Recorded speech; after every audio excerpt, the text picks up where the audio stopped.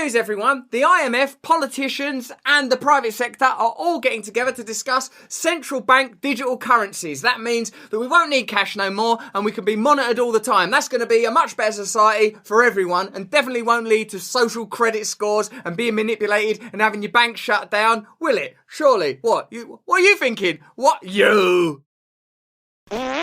Hello there, you 6 million awakening wonders. Thanks for joining us on this voyage towards truth and freedom, where we awaken together individually and collectively so we can challenge established power and create new systems together, democratically, in freedom. Watch us every day on Rumble at these times. We stream live, then leave the shows up there completely free. Interviews with Jordan Peterson and Jocko Willink. We talk to experts that matter on the subjects you care about, and we will be completely uncensored on that platform. You can join us every day in the chat. See you over there.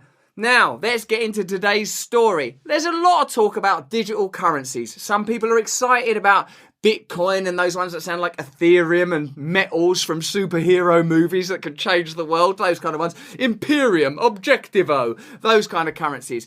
Well, new Prime Minister of UK and Goldman Sachs, former Employee of the Year and WEF protege, and I hope none of these things contradict one another or bring about a conflict of interest, Rishi Sunak, or Radish Sinatra, as your President Joe Biden calls him. Sunak is now the Prime Minister.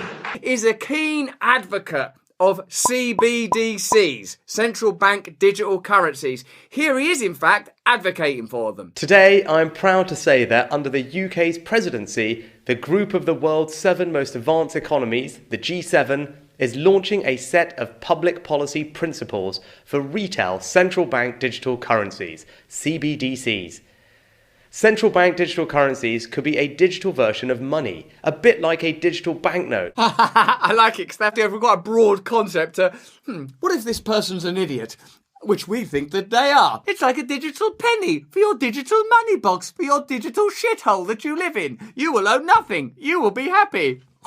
That could be used alongside physical notes and coins. For now, till we phase them out, if you start any little trucker protests, oh, where's my money gone? The digital piggy bank is broken, I'm afraid. Start being a bit more cooperative. Unlike most of the digital money people use daily today, it would be issued directly by a central bank, like the Bank of England in the UK. That's good, a central bank. Nothing wrong with centralised authority, centralised power, globalist decrees coming down from on high, avoiding democracy. That's exactly what we want. Keep talking. And governments and central banks across the world are working together. Oh, really? They're working together? Well, that's just such great news. The IMF, the World Bank. Why don't we involve the WEF and the WHO? What we need are unelected global bodies that have been able to co-opt political power, respond to financial power, and ignore and oppress ordinary people. Whether it's the recent medical emergency or the cost of living crisis, we're seeing the benefits all around us. I can't wait for your next policy. You're going to take our money now. This is great. Looking into what having a digital currency might mean in practice. I think I know what it means in practice. More power for you, no power for us. This includes issues that people care about, such as ensuring users' money would be safe and secure,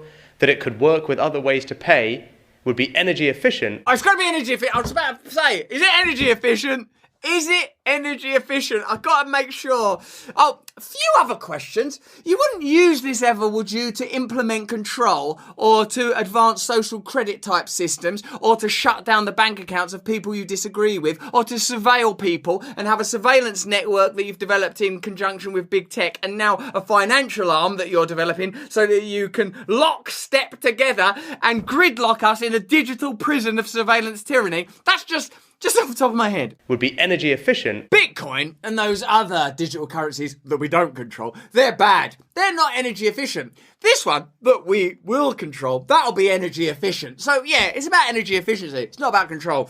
Control's like a side effect, just a side effect. Sorry, what? It's one of my eyes stopped moving. And available to everyone. Except poor people. A potential CBDC could offer businesses and consumers new ways to pay in the future. I expect it'd be convenient, would it? Would it be nice and convenient? Could I have some convenience, please? It'd be so convenient to be in my cell, all lathered up with a nice bubble bath of convenience. It's all part of the wider story of digital innovation innovation that has delivered benefits to millions around the world and in the UK. Well, I was just talking to Edward Snowden and Julian Assange about the benefits delivered around the world, whether it's to the people of Iraq or Afghanistan, or the many people now in Western Anglophonic countries starving to death and unable to heat their homes. What they need is the small amount of money they have got to disappear into binary code. These decisions raise important questions about the reshaping of our economy. Yeah, I've noticed you've been reshaping it so that ordinary people have no power at all, no alternatives or options, and we can operate entirely at the behest of powerful financial interests like Goldman Sachs. Have you ever you used to work for them? Oh. Financial systems and the way in which people interact with money and payments. What, like through like a massive hedge fund that funded Moderna? You used to be part of a hedge fund that funded Moderna. Oh. That's why working together... Like you work together with your wife, who's like a billionaire. Oh. In the UK, earlier this year, I announced a new joint task force between the Treasury and the Bank of England to look into a potential CBDC as a complement to cash and bank deposits. It's just a compliment. It's a lovely little compliment. Over here, you've got your money in the bank. Over here, you've got your digital thing. Oh no, what's this one doing? Oh look, it's facing it out, look. And now what's happening? We're in digital prison. We're also hearing from firms, technology experts and others. Under the leadership of the UK, this report today will help support and inform exploration of CBDCs in the G7 and beyond. They're already talking in code with the acronyms and the shortened terms CBDC, G7. Because they have access to so much technology and so much data, they want to make us into machines. They want to make us into data, into entirely information. A component of humanity is doubtlessly our intelligence, but what of our awareness? What about the aspect of a human being that is difficult to define, describe, discern or tie down? The aspect of you and of me that amounts to our spirit, our nature, that which cannot be governed and controlled.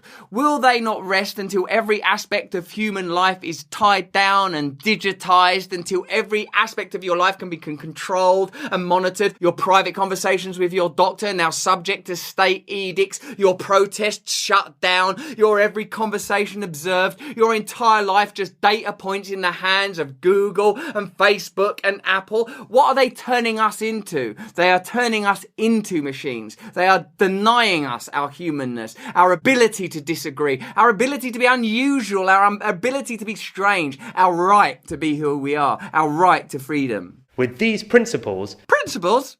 Sorry, principles? Do you not mean evil master plan? The G7 is leading an important step change in the global policy conversation. Our shared objective is to ensure that CBDCs will be grounded in long-standing commitments to transparency. Because you've been very good at that. You've been very good at that. I noticed during the lockdown there, all the transparency, while our government were having parties, where various state officials in America were having parties, where redacted documents from Pfizer just disappear like Kaiser Soze. And like that, he's gone. No, you're the guys to bring us transparency. Keep talking. The rule of law and sound economic governance.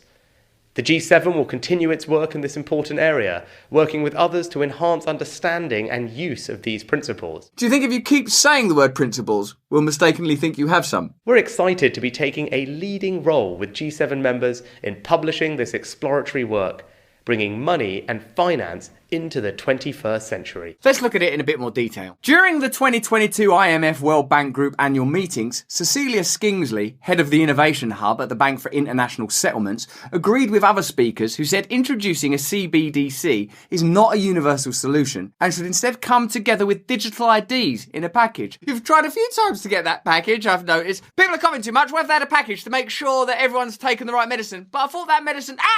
We just need the package, thank you. IMF Deputy Managing Director Bo Lee singled it out as one of the challenges in introducing CBDC. We need a better understanding of what's the cause, what's driving that hesitancy. I keep hearing this word hesitancy. Normally, it's a total lack of trust. One way to resolve it relates back to our data question. That is, if we can create enough value, if by joining the ecosystem, if consumers can enjoy a lot more financial services, if they can get credit, maybe they will be willing to join the ecosystem, said Lee. Sounds like a nice ecosystem. Don't sound like I'll be spied on in there or controlled in there. I don't know why I'm so hesitant. Lee also explained how institutions could take advantage of CBDC data by following the model of the Chinese Communist Party. Yeah, I love the Chinese Communist Party. What I like about them mostly, I think, is the amount of freedom they give everyone. Where non-traditional data can be very useful for financial service providers to give me a credit score. Yeah, non-traditional data, not just stuff that I willingly give, stuff that you take without telling me. In 2021, the Bank of England called on ministers to decide whether a central bank digital currency should be programmable, ultimately giving the issuer control over how it's spent by the recipient. Wow, that's what you want. Control over how you spend your money. That won't be misused by a powerful corporate state. Tom Mutton, a director at the Bank of England, said there could be some socially beneficial outcomes. Socially beneficial outcomes. Preventing activity which is seen to be socially harmful in some way. I see that as socially harmful in some way. Would you stop it? No, smart, right, I'm free. I said, would you stop it? Ah! Me pennies is all gone, but me piggy bank, mister. That's right. That's socially beneficial for you to shut the fuck up. You could think of giving your children pocket money, but programming the money so that it couldn't be used on sweets. So much is revealed by the analogy. They think of us as children over whom they oughtn't relinquish ultimate control. This is about nothing less than your freedom, who you are. Don't forget, but recall in addition to your sexuality and your self-expression as an individual member of your class, religion, whatever, your actual freedom to do stuff. You don't be regarded as a child who wants sweets. There is a whole range of things that money could do, programmable money, that we cannot do with the current technology, where people will just go around doing what they want, spending their money how they want. That's not good enough at all. PayPal recently shut down the accounts of anti-war publications. Yeah, that was a bit antisocial. Those wars are good for business. Consortium News and Mint Press News. At the same time, Facebook and Microsoft are working with several other web giants in the United Nations on a database to block potential extremist content. Extremist. Socially acceptable. Just language, just words closing in like an iron fist around your throat. The growth of such restrictions could create a system in which individuals who do not hold certain political views could be blocked from polite society and left unable to make a living. It's not polite to destroy people's lives. The potential scope of the social credit system under construction is enormous. It's boundless. The same companies that can track your activities and give you corporate rewards for compliant behaviour could utilise their powers to block transactions, add surcharges, or restrict your use of products. At what point does free speech make someone a target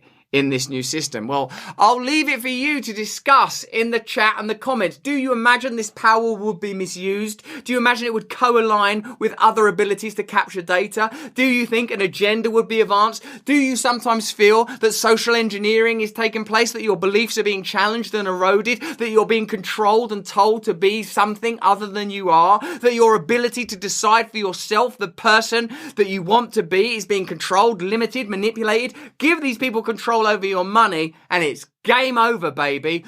Welcome to Downing Street, our new Prime Minister, straight from Goldman Sachs and the WEF, straight into your pocket, straight into your wallet. And don't worry if you're not British, it's coming to a country near you, unless you do something about it. But that's just what I think. Remember, join us every single day on Rumble, where these videos are up in full analysis, stuff that I would be banned for saying on this platform, openly spoken, freely expressed, and you can join us in the chat and freely express your views there too. Have a look at either of these videos if you want more of this sort of stuff. Sign up to my mailing list so I can communicate with you, and join us every single day on Stay Free with Russell Brand on Rumble, live at these times, but available anytime. Stay free.